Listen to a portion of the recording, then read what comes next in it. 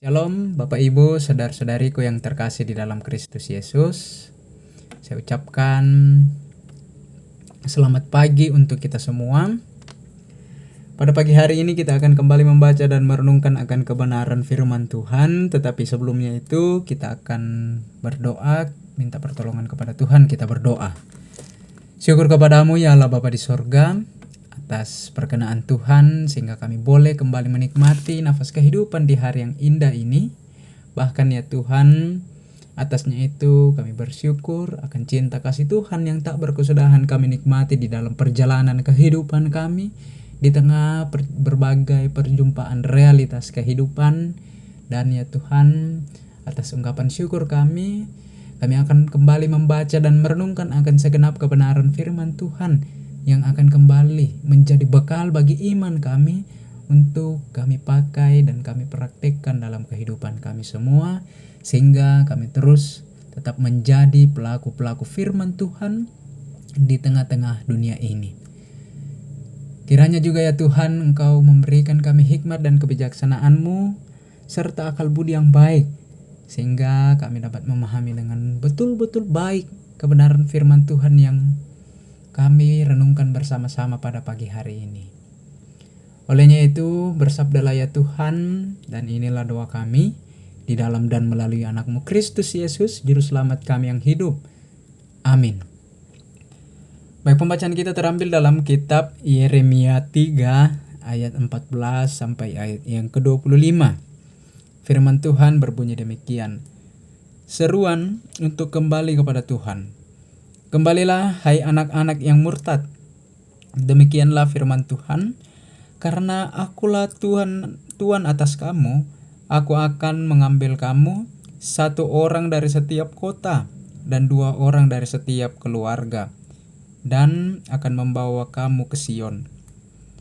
Aku akan mengangkat bagimu gembala-gembala yang sesuai dengan hatiku. Mereka akan menggembalakan kamu dengan pengetahuan dan pengertian. Apabila kelak kamu bertambah banyak dan beranak cucu di negeri ini, demikianlah firman Tuhan, maka orang tidak akan lagi berbicara tentang tabut perjanjian Tuhan. Tabut itu tidak akan muncul dalam benak dan tidak akan diingat lagi, tidak akan dicari atau dibuat lagi. Pada waktu itu Yerusalem akan disebut tahta Tuhan, dan segala bangsa akan berhimpun di sana, di Yerusalem, demi nama Tuhan, dan mereka tidak akan bertingkah laku mengikuti hatinya yang keras dan jahat. Pada masa itu, kaum Yehuda akan berjalan berdampingan dengan kaum Israel. Mereka akan datang bersama-sama dari negeri utara ke negeri yang telah kubagi-bagikan kepada nenek moyangmu menjadi milik pusaka. Pikirku, aku hendak menetapkan engkau menjadi anak-anakku dan memberikan kepadamu negeri yang indah, milik pusaka yang paling permai dari bangsa-bangsa. Pikirku, engkau akan memanggil aku Bapakku, dan tidak akan lagi berbalik meninggalkan aku. Ternyata seperti seorang istri yang tidak setia terhadap pasangannya, begitu pula kamu tidak setia terhadap aku. Hai kaum Israel, demikianlah firman Tuhan. Dengar, di atas bukit-bukit gundul terdengar tangisan anak-anak Israel yang memohon-mohon, sebab mereka telah memilih jalan yang sesat dan melupakan Tuhan Allah mereka. Kembalilah, hai anak-anak yang murtad. Aku akan menyembuhkan engkau dari kemurtadanmu. Inilah kami datang kepadamu sebab engkaulah Tuhan Allah kami. Sesungguhnya bukit-bukit pemujaan adalah dusta. Betapa riuhnya di atas bukit-bukit itu. Sesungguhnya hanya pada Tuhan Allah kita ada keselamatan Israel. Namun berhala yang memalukan menelan habis hasil jerih lelah nenek moyang kita sejak masa muda kita. Kambing domba dan lembu mereka, anak lelaki dan anak perempuan mereka. Marilah kita berbaring dengan rasa malu, dan biarlah noda kita menyelimuti kita, sebab kita telah berdosa kepada Tuhan Allah kita. Kita dan nenek moyang kita sejak masa muda kita sampai hari ini kita tidak mendengarkan suara Tuhan Allah kita. Amin. Itulah firman Tuhan yang kita akan baca, yang kita akan renungkan bersama-sama pada pagi hari ini. Dalam renungan harian Toraya memberikan kita satu tuntunan tema, yaitu kembalilah sebelum terlambat. Ya kelan basanta waso Toraya di ku ampokadai me balik komi suding den siapa atu. Iya, dari tema perenungan kita pada pagi hari ini mengingatkan kita satu lagu dengan satu lirik yang menarik, yaitu dengan berbunyi, satu kali kau sakiti hati ini, masih ku maafkan. Dua kali kau sakiti hati ini, juga ku maafkan. Tapi jangan kau coba tiga kali, jangan, oh jangan. Cukuplah sudah, jangan kau ulang lagi.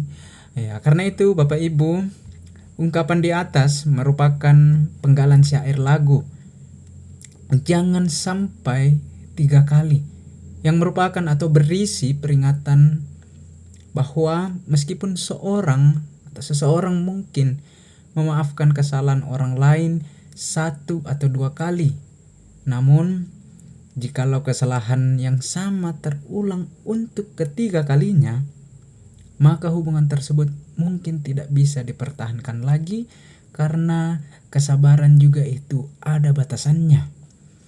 Nah, dalam pembacaan kita mau memperlihatkan atau mengajarkan kita bagaimana dengan hubungan Allah dengan umat Israel. Dalam konteks perikop Yeremia 3 ayat 14 sampai 25 memperlihatkan bagaimana umat Allah saat itu mengalami satu kemerosotan rohani atau kemerosotan spiritualitas. Mereka jatuh pada penyembahan berhala sehingga mereka meninggalkan Tuhan dan hidup di dalam ketidaksetiaan. Mereka digambarkan seperti seorang istri yang tidak setia terhadap pasangannya. Karena itu Tuhan memakai Nabi Yeremia untuk menegur umatnya yang telah murtad dan memanggil mereka kepada pertobatan. Sehingga Tuhan tidak serta-merta juga untuk menghukum mereka. Dengan penuh kasih Ia mengundang umatnya untuk kembali kepada Tuhan. Ia berjanji memberikan pemulihan dan menuntun mereka lewat gembala-gembala yang takut akan Tuhan. Nah, dalam pembacaan kita sangat jelas bagaimana Tuhan menyatakan kerinduannya menyambut umatnya kembali sebagai anak-anaknya ketika mereka menyatakan suatu pertobatan yang sungguh kepada Allah. Dan pada akhirnya Israel dan Yehuda mengakui bahwasannya hanya Tuhan Allah kita dan hanya pada Tuhan Allah kita ada keselamatan Israel. Mereka kembali sebelum terlambat dan Allah memulihkan keadaan mereka.